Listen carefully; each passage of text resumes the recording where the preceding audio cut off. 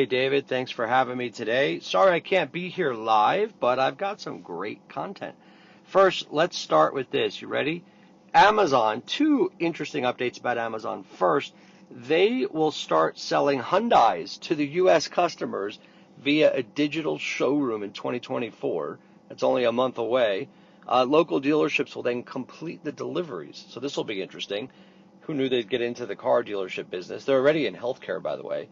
And second is they are now selling security robots for your business.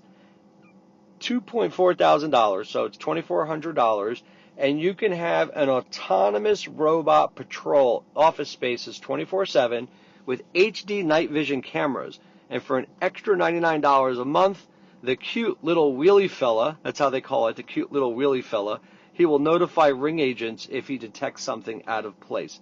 Very, very cool. So check that out if you want more information. David, with artificial intelligence, a lot of you may have heard that OpenAI CEO Sam Altman is now out.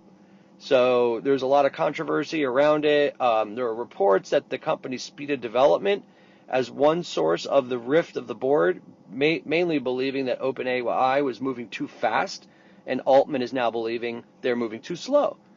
So anyways, there's a lot of information about that, so you want to definitely look further into that. It's going to be all over the news. You'll hear all about it. This one made me laugh, David, probably because when I look at my bank account, my kids are always going to Starbucks. I'm not a big fan, but now across 200 stores, they're going on strike Thursday during the company's Red Cup promotion day. Ultimately, Starbucks workers united, which represents 360 plus stores and 9,000 employees, are bargaining for improvements to staffing and scheduling. And if you remember, there's been a number of other organizations, including some at Amazon, by the way, that did exactly this. If you remember, it happened at Google and many others. So it looks like it's not a new trend, right? This has been going on forever. But anyways, keep an eye out on it, Starbucks employees. All right, let's talk about some cool mortgage stuff.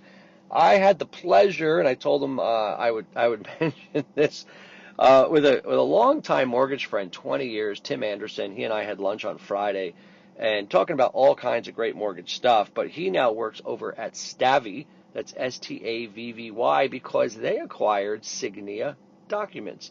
And so Stavvy, if you don't know them, I'm sure you've heard of them. They're a fintech firm specializing in digital and remote collaboration for lending and real estate companies.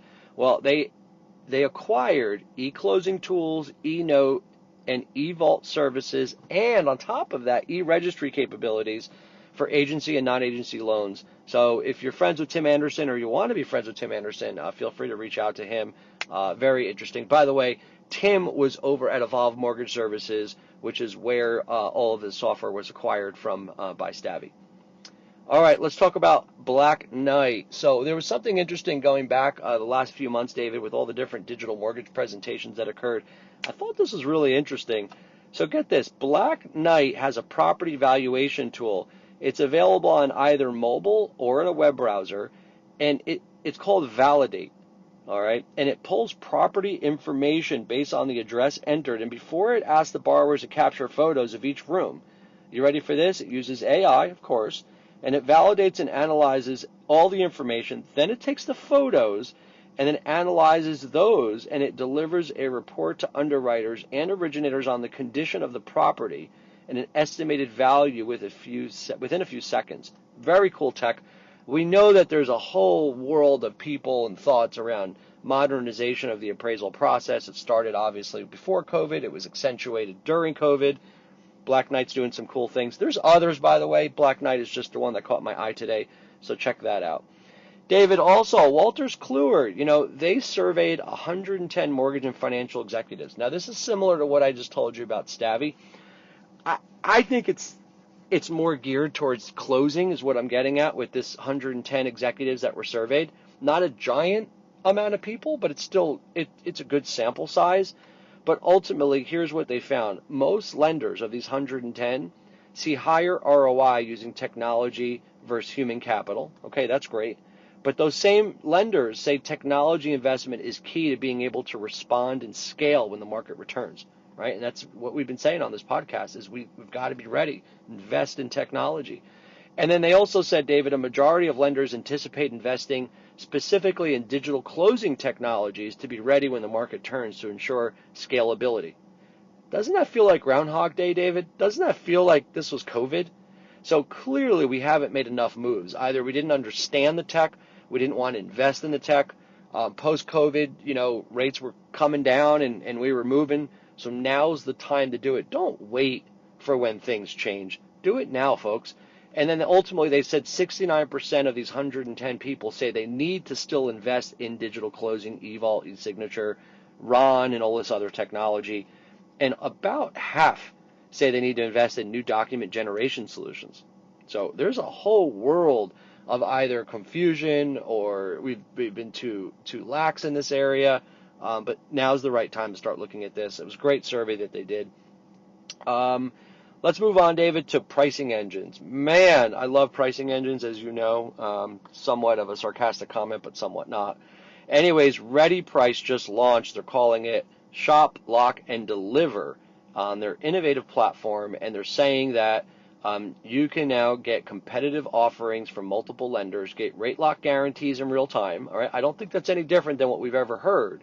But now they're saying you get underwriting findings, okay? And that's the part that I thought was worth mentioning today. Underwriting findings is different than eligibility findings. So how much loan data do they have at the time of lock, right? Did it come from a point of sale? Do they have income, assets, employment? Have they already gotten a soft credit score in order to say that they're giving you underwriting findings? But anyways, I would like to learn more. So, if you're at ReadyPrice, reach out to us. We'd love to hear more. But otherwise, David, and to our listeners, check out ReadyPrice. Pretty cool update that they had. David, I also thought, speaking of pricing engines, this was a great one. Optimal Blue, they call it Capture Lead Analytics Platform. So now they're helping to identify specific loans in your portfolio or lead database that could benefit from refinancing based on equity positions and current first lien rates. So it's a marketing tool, right? They have the ability to look deeper automatically at loans in your pipeline. They're saying it's near real time and it's personalized pricing scenarios, able to engage with the right customers at the right time. So hats off to Optimal Blue. Love to learn more about that as well. And then, David, finally, we always talk about an awesome AI solution. This is one that I have done myself. I've tested it. I pay for it. It's called Landing Eye. And you can build landing pages. You can use generative AI for your description content. But ultimately, you can launch those landing pages in minutes. I have 3 of them. I've done it. It's an awesome tool. It's like $49. Go check it out. It's called landingeye.com. Otherwise, have a great week, everyone. Thanks for listening. Happy Thanksgiving. We'll have some analytics on mortgages and turkeys next week. Have a great week, everyone.